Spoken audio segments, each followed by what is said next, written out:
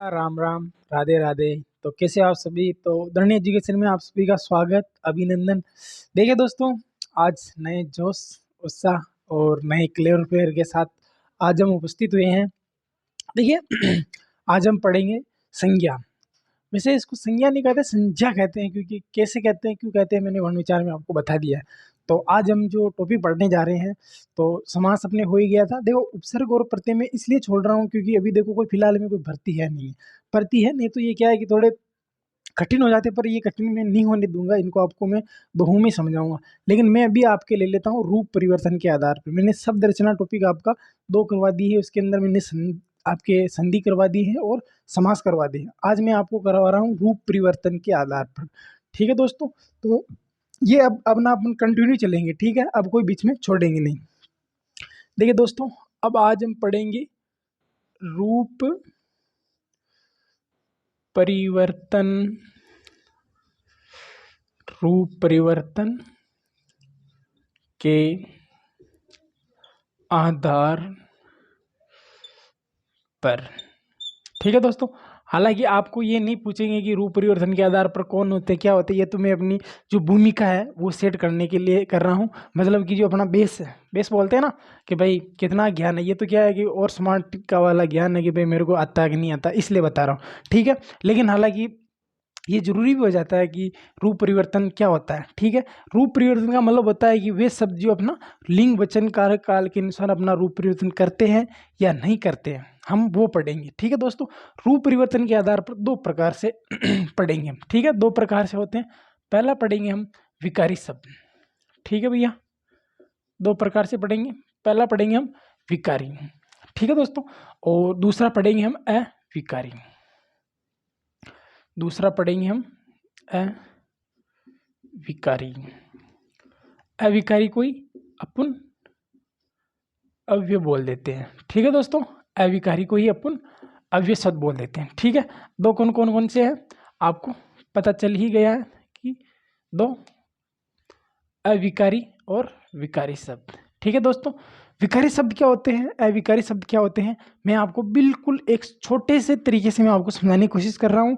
फिर अपन ये देखेंगे कि विकारी शब्द में हम क्या क्या पढ़ेंगे, अविकारी में हम क्या पढ़ेंगे, ये बात की बात है। लेकिन पहले ये देखते हैं कि विकारी शब्द होते क्या हैं, है ना, विकारी शब्द कहते किसको है। ठीक है दोस्तों, तो देखिए इसके लिए मैं कुछ शब्द लिख रहा हूँ। ठीक है दोस्तों, और ये लिख रहा हूँ मैं, देखो इधर तो लिख देता हूँ मैं जैसे आपके विकारी शब्द। ठीक है भैया, देखना दोस्तों, बिल्कुल आसान तरीके से समझाने की कोशिश कर रहा हूँ, बिल्कुल बेसिक तरीका, जो बिल्कुल आसान तरीका है। देखो इधर तो मैं लिख देता हूँ विकारी शब्द, इधर तो मैं लिख देता हूँ आपके, ठीक है, विकारी मान लेना, विकारी शब्द। ठीक है दोस्तों, और इधर मैं लिख देता हूँ आपके लिंग, ये भी पढ़ाऊंगा मैं आपको। ठीक है, 7-8 नियम समझाऊंगा, बिल्कुल आपको यूं लगेगा कि ये तो नियम हमें आटू ऐसे याद है। लिंग, वचन, इसके भी मैं आपको लगभग 11 नियम बताऊंगा वचन के। लिंग, वचन, देखो कारक, यानी कि 6 कारक तो मैंने आपको समास में पढ़ा दिए, लेकिन ये अलग आएंगे, वो अलग आएंगे। इनका मतलब क्या है, लिंग, वचन, कारक, काल, पुरुष। ठीक है दोस्तों, एक छोटी सी चर्चा की है मैंने आपके सामने कि रूप परिवर्तन के आधार पर 2 प्रकार से पढ़ेंगे। पहला होता है आपका, लाइन ही तिरछी खिंच गई, पहला होता है आपका विकारी शब्द, दूसरा होता है अविकारी शब्द। अब समझाने की कोशिश कर रहा हूँ, विकारी शब्द लिखा है और इधर लिख देता हूँ मैं आपके अविकारी या अव्यय शब्द, अविकारी। देखिए दोस्तों, अब क्या है, थोड़ा समय लगेगा। ठीक है, आप ये मत सोच लेना कि भैया तो ज़्यादा टाइम में भी मतलब कि बिल्कुल कम चीज़ें पढ़ा रहा है। ठीक है, देखो समय लगेगा, चीज़ें समझनी पड़ेगी, इनके अंदर कोई नियम नहीं लगते हैं, इनके अंदर एक बातें हैं जो आपको याद रखनी ही पड़ेगी, चाहे कुछ भी कर लो। ठीक है, तो इसलिए मैं समय इसलिए लूँगा क्योंकि देखो संधि, समास, उपसर्ग, उसमें क्या है कि नियम लगते थे और उसके फिक्स उदाहरण थे, तो वो उदाहरण नहीं आता तो वो उदाहरण आ जाता, लेकिन यहाँ आपने को समझना ही पड़ेगा। देखिए लिंग, वचन, कारक, काल, पुरुष के अनुसार जो अपना रूप परिवर्तन करते हैं वो तो कहलाते विकारी, और जो परिवर्तित नहीं करते हैं अर्थात वो कहलाते हैं आपके अविकारी या अव्यय शब्द। देखिए दोस्तों, इतना डायग्राम आप भी साथ के साथ नोट्स बना रहे हो तो बहुत अच्छा है, और नहीं बना रहे हो तो देखो अभी पीडीएफ की सुविधा अपने पास उपलब्ध नहीं है, और टेलीग्राम चैनल भी अभी हमने स्टार्ट नहीं किया है, हालांकि स्टार्ट करने वाले हैं बहुत जल्दी। लेकिन आपको साथ के साथ ऐसे कैसे बढ़ाए जाना है, क्योंकि मैं आपको उस सिस्टमेटिक तरीके से पढ़ाऊंगा और बिल्कुल अलग पढ़ाऊंगा। देखो हाँ, एक ये बात भी सबसे जरूरी है कि आपके दिमाग में वो है ना BSTC वाला, अगर आपने कोचिंग किया है उसके अंदर जरूर आपको विकारी शब्द तो प्रथम ही क्लास में यही पढ़ाते हैं, ठीक है। मैं उस धारा से आपको बिल्कुल अलग ले जाऊंगा, ठीक है। देखिए तो मैं यहाँ लिख रहा हूँ बदलने वाले। देखो फिर मैंने एक डायग्राम और बना दिया इधर, ठीक है। एक डायग्राम और बना दिया। देखो क्या बनाया इधर मैंने, बदलते हैं, ठीक है दोस्तों। एक डायग्राम मैंने आपको, बिल्कुल मैं डायग्राम से समझाऊंगा आपको, तो आपको बहुत जल्दी आसान समझ में, आसान भाषा में डायग्राम से आएगा, ठीक है दोस्तों।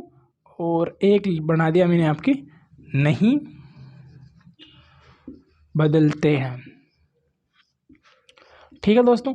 आज थोड़ा टाइम लगेगा, एडजस्ट कर लेना समझने के लिए, क्योंकि जो महत्वपूर्ण चीज़ होती है ना वही होती है। देखो ये केवल मैंने 4 डायग्राम बनाए हैं और 2 मैंने आपके ये सेट किया, बस अब अपना काम हो गया। देखिए ऐसे बोलो मेरे साथ, लिंग वचन कारक काल पुरुष के अनुसार जो अपना रूप परिवर्तित करते हैं, ठीक है दोस्तों।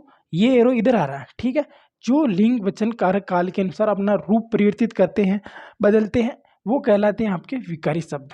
क्या कहलाते हैं दोस्तों, वो कहलाते हैं आपके विकारी शब्द। देखो वे शब्द जो लिंग वचन कारक काल पुरुष वृत्ति या पक्ष के अनुसार, इतने भी नहीं लिखोगे ना तो भी आपका काम चल जाएगा, जो अपना रूप बदलते हैं। क्या बदलते हैं भैया, रूप, ठीक है दोस्तों। जो अपना रूप बदल लेते हैं, ठीक है, रूप बदल लेते हैं, वो विकारी शब्द कहलाते हैं, ठीक है। और दूसरी बात इधर देखो जो लिंग है, वचन है, कारक है, काल है, पुरुष के अनुसार अपना रूप नहीं बदलते हैं। देखो दोस्तों इधर ये जो एरो है ना इसमें आ रहा है, ठीक है। और मैं यहाँ लिख देता हूँ आपके रूप, ठीक है भैया। समझने के लिए बिल्कुल बेसिक से बेसिक, बिल्कुल 0 लेवल से स्टार्ट कर रहा हूँ। देखो लिंग वचन कारक काल पुरुष के अनुसार जो अपना रूप, यहाँ पर देखो यहाँ लिखा है मैंने रूप, फिर नीचे लिखा है नहीं बदलते हैं, ठीक है। जो लिंग वचन कारक काल के अनुसार अपना रूप नहीं बदलते, अर्थात जैसे हैं वैसे के वैसे ही रहते हैं, ठीक है, वो कहलाते हैं आपके अविकारी या अव्यय शब्द कहलाते हैं, ठीक है दोस्तों। अविकारी या अव्यय शब्द कहलाते हैं, ठीक है दोस्तों। ये डायग्राम बिल्कुल बेसिक है, इसका मैंने देखो नहीं, मैंने ये शॉर्टकट समझने के लिए बनाया है, बाकी परिभाषा भी लिखा सकता था, लेकिन मैं परिभाषा नहीं लिखाऊंगा। क्यों नहीं लिखाऊंगा, क्यों, जब चीज़ इससे ही क्लियर हो रही तो बार बार परिभाषा क्यों लिखाऊं, ठीक है दोस्तों। अब बात आती है कि भाई अविकारी शब्द कौन कौन से होते हैं और विकारी शब्द कौन कौन से होते हैं, ठीक है दोस्तों। तो विकारी शब्द होते हैं भैया 4, ठीक है भैया। विकारी शब्द होते हैं आपके 4। देखो अपन बोलते संज्ञा वाक्य में होता, संज्ञा नहीं है, संज्ञा होता है वो, ठीक है दोस्तों। तो पहला पढ़ाऊंगा मैं आपको संज्ञा, ठीक है दोस्तों। 2 नंबर में पढ़ाऊंगा मैं आपको सर्वनाम। इतना इजी पढ़ाऊंगा रे दोस्तों कि आप भी सोचोगे यार वाकई में पिछली बार पढ़ा था ना हमने, उससे तो बहुत ही अच्छा है सर्वनाम, ठीक है दोस्तों। इसके आगे बाद में पढ़ाऊंगा मैं आपको विशेषण। ये जो चीज़ें इनमें अगर आपको चुटकियों में याद नहीं करवाई ना तो आप मेरा नाम बदल देना, ठीक है दोस्तों। आगे पढ़ाऊंगा मैं आपको क्रिया, ठीक है दोस्तों। और देखो विकारी शब्द कितने होते हैं, 4 होते हैं। कौन कौन से होते हैं, संज्ञा, सर्वनाम, विशेषण और क्रिया, ठीक है दोस्तों। साथ के साथ नोट्स बना लेना, माँ कसम आपको बहुत ज़्यादा मैटर दे रहा हूँ मैं। अगर आप कहीं कोचिंग भी नहीं करोगे ना तो भी आपका काम चल जाएगा। अगर कर भी ली ना आपको ये चीज़ लिखाएंगे और गारंटी है इससे कम ही लिखाएंगे, आप ज़्यादा नहीं लिखाएंगे। क्यों, क्योंकि उनके पास इतना टाइम है नहीं, और अपने पास क्या है भी फ्री टाइम, अपने कोई वैकेंसी ऊपर है नहीं। केवल अभी है यूपी कांस्टेबल, उन भाइयों के लिए भी है जो यूपी का एग्जाम देना चाह रहे हैं कांस्टेबल का, ठीक है। और जिन मेरी बहनों के लिए जो महिला एसआई का पेपर देने वाली है उनके लिए ये आएगा, बिल्कुल बेसिक कॉन्सेप्ट से पूछेगा कि भाई संज्ञा, सर्वनाम, विशेषण, क्रिया ये होते हैं विकारी अविकारी, ठीक है दोस्तों। क्वेश्चन में जब प्रश्नोत्तरी करवाऊंगा ना मैं आपको डिजिटल बोर्ड में, लगभग अगले महीने तक कोशिश पूरी है कि डिजिटल बोर्ड का सेटअप भी करेंगे और उसके अंदर प्रश्नोत्तरी चलेगी अपने शाम को 7 बजे 8 बजे, ठीक है दोस्तों। संज्ञा, सर्वनाम, विशेषण, क्रिया। देखो संज्ञा मूल रूप से 3 प्रकार की होती है, अर्थात देखिए कुल भेद 5 होते हैं। सर्वनाम 6 होते हैं, विशेषण 5 होते हैं, क्रिया में आपको 3 प्रकार से पढ़ाऊंगा। कैसे पढ़ाऊंगा? एक तो मैं क्रम के आधार पर पढ़ाऊंगा, ठीक है। दूसरी मैं प्रयोगिता रचना के आधार पर पढ़ाऊंगा। तीसरी मैं काल के आधार पर पढ़ाऊंगा, ठीक है। जब मैं काल यहाँ पढ़ा दूंगा ना, तो काल में बाद को आपको कारक पढ़ाऊंगा ना, विकारक चिन्ह उसके अंदर मैं आपको नहीं पढ़ाऊंगा, ठीक है दोस्तों। ये तो बात रही आपके विकारी शब्द की। अब बात करता हूँ मैं अविकारीय अव्यय शब्द, ठीक है दोस्तों। अविकारीय अव्यय शब्द होते हैं, देखो होते तो ये 4 ही, लेकिन निपात को भी जोड़ के मैं आपको 5 पढ़ाऊंगा, ठीक है दोस्तों। हालांकि ये होते कौन कौन से, देखो पहली बात करता हूँ उसकी जो बहुत ही मोस्ट इंपॉर्टेंट, उसके अंदर भी 4 आते हैं, गुणवाचक, स्थानवाचक, रीतिवाचक और परिमाणवाचक, ठीक है। उसका नाम आता है आपके क्रिया विशेषण, अर्थात क्रिया की विशेषता बताने वाले शब्द क्रिया विशेषण। फिर इसको भी मैं आपके 4 भागों में बांटूंगा, ठीक है। क्रिया विशेषण के बाद में बताऊंगा मैं संबंध, यानी कि 2 संज्ञा या सर्वनामों के मध्य जो संबंध बताते हैं, ठीक है, संबंधवाचक, ठीक है दोस्तों। और फिर बताऊंगा मैं आपको 3 नंबर समुच्चय बोधक, यानी कि 2 वाक्यों या 2 संज्ञा या 2 सर्वनामों को जोड़ने का काम करते हैं ना, वो बताऊंगा मैं आपको समुच्चय बोधक। और किंतु, परंतु, लेकिन, या, अथवा, ऐसे मैं आपको दोहों की तरह याद करवा दूंगा, ठीक है। संबंध में आपको बहुत बहुत ज़्यादा, देखो समुच्चय बोधक भी कर देते हैं, वाचक भी कर देते हैं, ऐसे मैं समझ लेना कि ये अलग है ये अलग है, ठीक है। समुच्चय बोधक।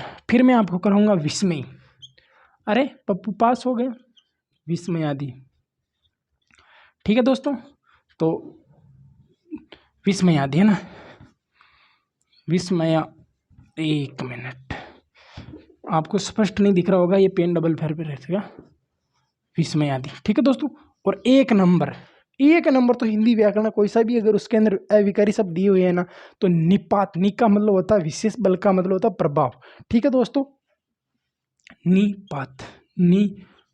निपात होते कंधे ही, भी, तो, पर, मात्र, केवल, तक, ही, भी, तक, मात्र, केवल, भर, तक, ठीक है दोस्तों। नि का मतलब होता विशेष, पात का मतलब बल या प्रभाव, ठीक है। ये क्या है कि इस शब्द में आते हैं और अपना आने का रोब जमा देते हैं, वही आपके निपात कहलाते हैं। तो देखिए दोस्तों, ये चीज़ मैंने आपको यहाँ तक लिखाई है, ठीक है। अब तक तो बिल्कुल बेसिक चर्चा हुई है। अब मैं आपको बिल्कुल एक चीज़ बता रहा हूँ, जो संज्ञा, सर्वनाम, विशेषण, क्रिया। अब मैं पढ़ा रहा हूँ आपको विकारी शब्द। विकारी शब्द पढ़ाने से पहले मैं आपको बता देता हूँ कि संज्ञा किसके अनुसार प्रयुक्त होती है, सर्वनाम किसके अनुसार प्रयुक्त होते हैं, विशेषण किसके अनुसार अपना रूप परिवर्तन करते हैं, क्रिया किसके अनुसार करती है। उसके लिए बिल्कुल बेसिक अपने को एक कॉपी चेक करनी है, ठीक है। 6 डिजिट लिखूंगा मैं आपको, और 4 इधर गिनती लिखूंगा, 6 ऊपर लिखूंगा। देखो समझने की कोशिश करना क्या लिख रहा हूँ मैं, देखिए दोस्तों ये लिख देता हूँ मैं, ठीक है। देखो सबसे पहले लिख रहा हूँ मैं आपके विकारक, ठीक है दोस्तों। विकारक होते हैं भैया अपने 6, ठीक है दोस्तों। अब देखो इधर तो मैं लिख रहा हूँ, क्या लिख रहा हूँ, संज्ञा, ठीक है भैया। दूसरे नाम पर लिख रहा हूँ मैं आपके सर्वनाम, आगे लिख रहा हूँ मैं आपके विशेषण, ठीक है दोस्तों। और 1 नंबर पे लिख देता हूँ मैं आपके क्रिया, चौथे नंबर पे कर देता हूँ मैं आपके क्रिया। नंबर दे देता हूँ ताकि आपको आसानी रहेगी, 1 2 3 4, ठीक है दोस्तों। विकारक होते हैं 6, कौन कौन से होते हैं, देखो लिंग, वचन, कारक, काल, कौन कौन से होते हैं। देखो विकारक थोड़ा ऊपर लिख दूं तो भी कोई दिक्कत नहीं। अब देखो सीधा लिख रहा हूं मैं, आप समझ जाना। पेन में ये चेंज कर लेता हूँ, रेडी रख ले रहा हूँ। देखो पहला मैं कर रहा हूँ आपके लिंग, ठीक है दोस्तों। ये अलग चीज है और ये अलग चीज है। लिंग, वचन, कारक, काल, वाच्य। वाच्य का शाब्दिक अर्थ होता है बताने वाला। वाच्य भी मैं आपको बिल्कुल 1 या 10 मिनट में याद करवा दूँ। वाच्य के बाद में आपको मैं लिखा दूंगा पुरुष, ठीक है। देखो पुरुष है ना, मैं आपको यही पढ़ा दूंगा, कहाँ पे, जब मैं आपको सर्वनाम पढ़ाऊंगा ना, तब पुरुषवाचक पढ़ाऊंगा ना, तब भी पढ़ा दूंगा। और अगर आप बोलोगे बाद में, अगर फ्री टाइम रहा अपने, तो भी पढ़ा दूंगा। अगर कोई एग्जाम होगा ना, तो मैं आपको इसको प्रश्नोत्तरी में ले लूंगा, तो कोई दिक्कत वाली वैसे बात भी नहीं। देखो मैंने लिखा है लिंग, वचन, कारक, काल, वाच्य और पुरुष। फिर मैंने लिखा है देखो विकारक, ठीक है दोस्तों। मैंने इधर लिखा है, देखो डिब्बे में बंद कर देता हूँ मैं ताकि आपको, देखो इधर में लिखा है विकारक, इधर लिखा है संज्ञा, सर्वनाम, यानी कि संज्ञा लिंग के अनुसार प्रतीत होती है या नहीं, वचन के अनुसार, कारक के अनुसार, काल के अनुसार, वाच्य के अनुसार, पुरुष के अनुसार। आपको कुछ भी नहीं करना है, मेरे के साथ कुछ करना है।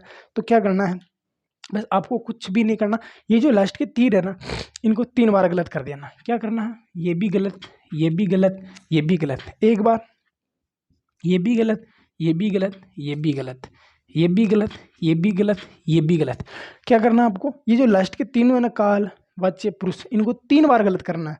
3 बार गलत कर दिया, लेकिन चौथी बार इनको क्या करना है, आपको सही करना है। क्या करना है, ये भी सही है, ये भी सही है, ये भी सही है। ठीक है, इसका मतलब ये होता है कि जो क्रिया होती है ना वो काल के अनुसार परिवर्तित होती है, और वाच्य भी काल के अनुसार क्रिया के अनुसार परिवर्तित होते हैं, पुरुष भी क्रिया के अनुसार परिवर्तित होती है। लेकिन ये जो तीनों है ना, संज्ञा सर्वनाम विशेषण, ये इसके अनुसार परिवर्तित नहीं होते हैं। ठीक है दोस्तों, फिर क्या बात, फिर ये जो 3 चीज होने के बाद में आपको कुछ भी नहीं करना। देखो, ये वचन लिंग संज्ञा परिवर्तित होती है, ये होती है, ये होती है। ठीक है दोस्तों, और इसके बाद में आपको लगाना है क्रॉस, कि भाई जो सर्वनाम होता है ना वो लिंग के अनुसार परिवर्तित नहीं होता है। आप पल्ले गांठ बांध लेना, ये हर बार क्वेश्चन पूछता है कि सर्वनाम लिंग के अनुसार परिवर्तित होते हैं अथवा नहीं होते हैं।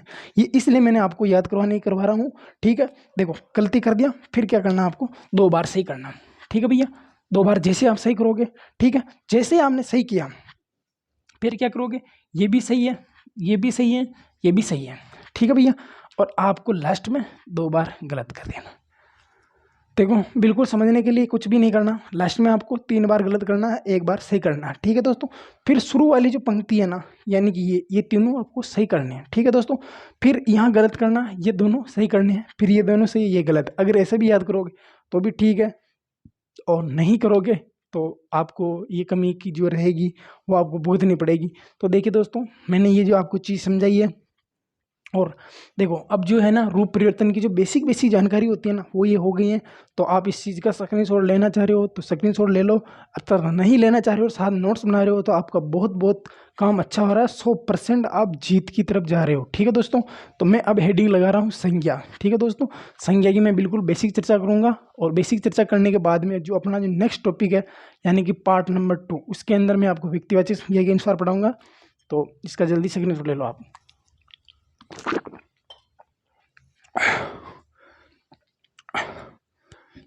अब हेडिंग लगाऊंगा मैं आपके, ठीक है दोस्तों, अब मैं हेडिंग लगाऊंगा आपके संज्ञा, जो आपने कोचिंगों में पढ़ रखी होगी। और देखिए दोस्तों, देखो आपने जहाँ पहले पढ़ी हो, मैं नहीं कहता कि उसने गलत पढ़ाई होगी। देखो, सब टीचर अच्छे होते हैं, कोई ये नहीं चाहता कि मैं किसी को गलत चीज़ बताऊं। ठीक है, सब 2 बात नहीं बताते हैं, और सब ऑथेंटिक बताते हैं। ठीक है, पर ये तरीका थोड़ा अलग होता है कि वो बता किस तरीके से है आपको, और आपको याद किस तरीके से वो याद हो रही है। ठीक है दोस्तों, गलत मैं भी नहीं बताऊँगा, और गलत आपको पहले भी नहीं बताई। ठीक है, बस तरीका थोड़ा अलग हो सकता है। ठीक है दोस्तों, तो हेडिंग लगा लेना संज्ञा, और आप बोलते हो उसको संज्ञा, मैं बोलूँगा उसको संज्ञा, लेकिन अब मैं भी आपको आपकी जैसे ही बोलूँगा। ठीक है दोस्तों, तो अपन हेडिंग लगाते हैं भैया संज्ञा। संज्ञा, ठीक है दोस्तों, देखो संज्ञा है, संज्ञा के अंदर 2 शब्द हैं। कौन कौन से है भैया, 2 शब्द है इसके अंदर भैया। एक तो है आपके सम, धन में ज्ञा। ठीक है दोस्तों, सम का मतलब होता है समान। ठीक है दोस्तों, सम का मतलब होता है आपके समान। ठीक है भैया, सम का मतलब होता है समान, ज्ञा का मतलब होता है जानना। ठीक है दोस्तों, और संज्ञा का दूसरा नाम ही नाम है। ठीक है, तो मैं संज्ञा के आगे ब्रैकेट में लिख दूं ये चीज कि भाई संज्ञा का दूसरा नाम ही क्या है, नाम है। ठीक है दोस्तों, यहाँ तक बिल्कुल चर्चा अपनी हो चुकी है। अब मैं आपको संज्ञा की परिभाषा लिखा रहा हूँ, जो आपने पहले कभी भी पढ़ी होगी, लेकिन अपने कंपटीशन एग्जाम में इसकी परिभाषा न के बराबर पूछते हैं। बाकी इसका अर्थ पूछते हैं, और इसका रूप परिवर्तन के नियम मैं आपको आगे लिखाऊंगा। इसके विशेष परिवर्तनीय नियम, कैसे व्यक्तिवाचक से जाति में चली जाती है, जाति से भाव में आ जाती है, भाव से व्यक्तिवाचक में आ जाती है, वो चीज़ ज़्यादा पूछते हैं, ना कि पहले अपन को पढ़ाते थे वो नहीं पूछते हैं। हालांकि ये मैं आपको इसलिए बता रहा हूँ ताकि आपको यूँ ना लगे कि ये बिल्कुल फॉर्मेलिटी कर रहा है। ठीक है दोस्तों, तो मैं अब आपको केवल सीधा सीधा ले चलता हूँ सीधा परिभाषा की तरफ। ठीक है दोस्तों, तो देखिए संज्ञा में यानी कि वे शब्द, परिभाषा लिख लो, परिभाषा भी नहीं लिखो तो मैं आपको और शॉर्ट कर ले जा रहा हूँ। तो एक बार आप ये करो कि वे शब्द जो किसी व्यक्ति, वस्तु, किसी व्यक्ति, वस्तु, स्थान, किसी व्यक्ति, देखो व्यक्ति, वस्तु, स्थान व जाति अथवा भाव का बोध कराते हैं। भाव का बोध कराते हैं। भाव का बोध कराते हैं। देखिए दोस्तों, वे शब्द जो किसी व्यक्ति, वस्तु, स्थान की व जाति अथवा भाव का बोध कराते हैं। देखिए दोस्तों, परिभाषाएं अलग अलग हो सकती हैं। एक ही संज्ञा की परिभाषा 100 हो सकती है, लेकिन जो चीज़ लिखानी जाती है वो 3 ये चीज़ें लिखाई जाती है, किसी व्यक्ति, वस्तु, स्थान, ठीक है दोस्तों, कि जाति का और भाव का।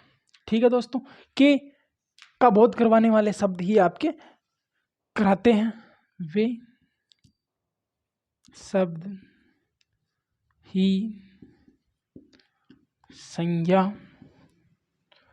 कहलाते हैं।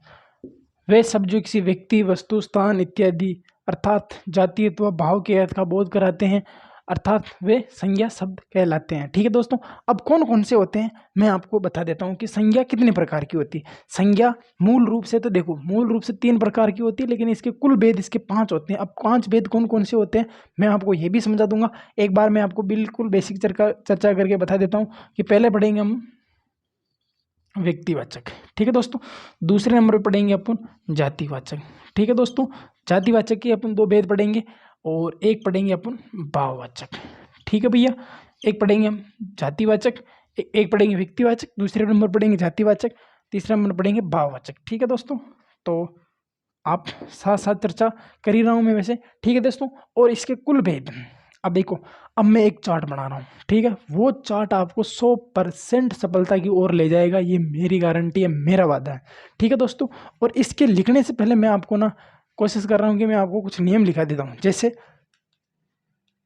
जैसे देखो, इधर की चीज़ अलग है तो भी आप समझ जाओगे, इधर एरो नहीं खांसते।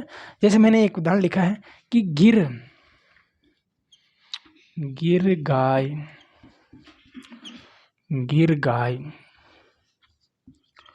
दुधारू पशु हैं, ठीक है दोस्तों। एक उदाहरण ये लिखा, और एक उदाहरण मैं ये लिख देता हूं कि अन्वी शरारती लड़की, या ऐसे कर लो बालिका है, ठीक है। लड़की बड़ी हो जाएगी क्योंकि अब बच्ची भी छोटी है। अन्वी शरारती बालिका है, ठीक है दोस्तों। अब देखिए, जब ये पेपर में आया था ना, यहाँ पर राठी गाय दुधारू पशु है, अर्थात इस शब्द में, अर्थात इस वाक्य में वो पूछा था कि इसके अंदर आपकी जातिवाचक संज्ञा कौन सी है, ठीक है दोस्तों। तो अब आप मुझे बताओ कि इसके अंदर जातिवाचक संज्ञा कौन सी है, विशेषण कौन सा है और व्यक्तिवाचक कौन सा है, इसके अंदर भी आप मुझे बताओगे। देखिए दोस्तों, मैं आपको आगे लिखाऊंगा, यानी कि गिर गाय, यानी कि गायों की नस्ल होती है, गिर होती है, कोकरेज होती है, जर्सी होती है, होलिस्टर होती है, बहुत सारी होती है, कोकरेज होती है, मलानी होती है, मेवाती होती है। ये जितनी भी गायों की नस्ल होती है ना, अलग अलग होती है। लेकिन आप उनको कह दें कि आपको ना ये जितनी भी गायें खड़ी है इनमें से, जैसे 20 गायें खड़ी है, आपको बोल दे कि इनमें से गिर गाय को ही आपको लेके आना, तो आप उसके पास ही जाओगे ना, रिंडी के पास नहीं जाओगे, होलिस्टर के पास नहीं जाओगे, जर्सी के पास नहीं जाओगे, किसी के पास भी नहीं जाओगे, आप सीधा गिर गाय के पास जाओगे। तो गिर गाय क्या है आपके व्यक्तिवाचक, ठीक है दोस्तों। तो ये क्या हो गई आपके व्यक्तिवाचक, ठीक है दोस्तों। इतना बड़ा नाम नहीं लिखते अपन, छोटी लिखते क्योंकि पता ही चल जाएगा व्यक्तिवाचक, ठीक है दोस्तों। अब पशु क्या है, देखिए दोस्तों, पशु क्या है।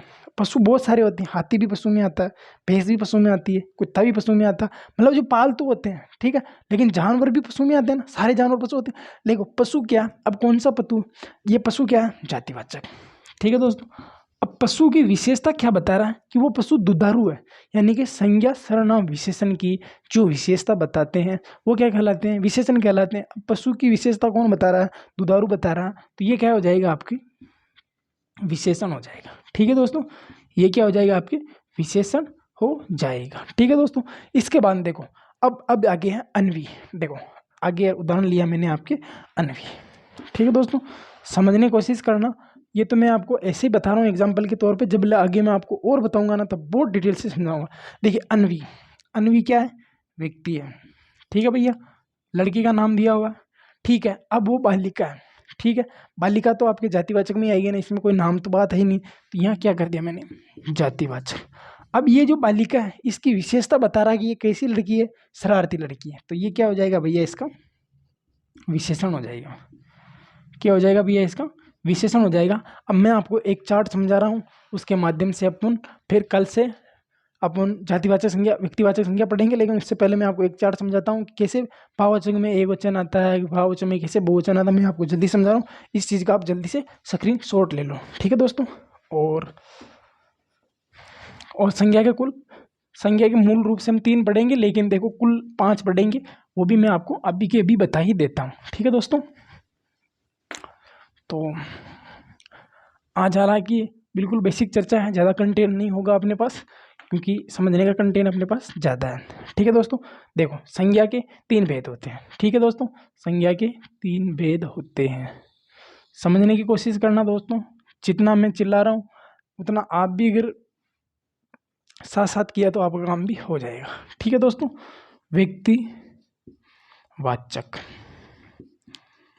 व्यक्तिवाचक संज्ञा, इतना बड़ा लिखने से बजाय अपन को व्यक्तिवाचक ही लिख देते हैं। ठीक है दोस्तों, व्यक्तिवाचक 1 नंबर पे। ठीक है दोस्तों, 2 नंबर पे पढ़ेंगे हम जातिवाचक। वे प्राणी, वस्तु, स्थान जो पूरे जाति, वर्ग, समुदाय इत्यादि के अर्थ का बोध कराते हैं वो जातिवाचक कहलाते हैं। ठीक है भैया, जातिवाचक कहलाते हैं। ठीक है, जातिवाचक को हम 2 भाग में पढ़ेंगे। कितने भाग में पढ़ेंगे भैया, 2 भाग में पढ़ेंगे। 2 भाग कौन कौन से हैं, एक तो पढ़ेंगे हम द्रव्यवाचक, यानी कि ये 2 नंबर हो जाएगा, तो इसको मैं लगा देता हूँ आपके 3 नंबर। ठीक है दोस्तों, एक पढ़ेंगे हम द्रव्यवाची जातिवाचक संज्ञा। ठीक है, जिसके अंदर जितनी भी नाम, माप, तोल की जो इकाइयाँ आती है ना इसके अंदर आ जाएगी। अर्थात एक शब्द एक लिख दूँ मैं इसके अंदर आपके माप, नाप, तोल, यानी कि दूध, दही, घी, शक्कर, पानी वगैरह जो भी द्रव्य चीज होगी, नाम माप की सारी चीजें इसके अंदर आ जाएगी। एक पढ़ेंगे हम आपके समूह है या समुदाय, ये 3 नंबर हो गया, ये आपके 4 नंबर। एक पढ़ेंगे आपके दोस्तों समूह या समुदाय, समूह है या समुदाय वाची।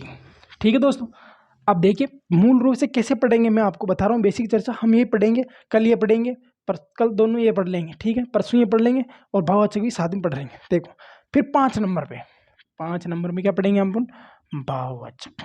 क्या पढ़ेंगे दोस्तों, भाववाचक संज्ञा शब्द।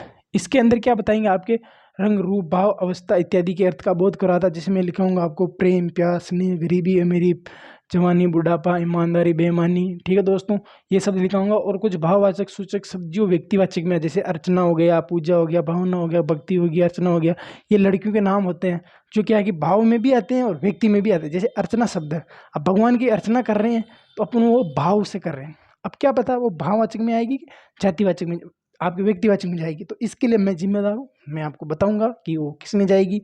देखिए दोस्तों, ये तो अपने 5 प्रकार पढ़ेंगे, लेकिन अब आपको मैं एक चीज़ एक और, अभी क्या है कि वीडियो भी ज़्यादा लंबा हो गया, मैं आपको 5 मिनट में एक चीज़ समझा रहा हूँ, इसके बाद मैं आपको फ्री कर रहा हूँ। ठीक है दोस्तों, देखिए दोस्तों, व्यक्तिवाचक संख्या का प्रयोग हमेशा किस में होता है रवैया, एक वचन में होता है।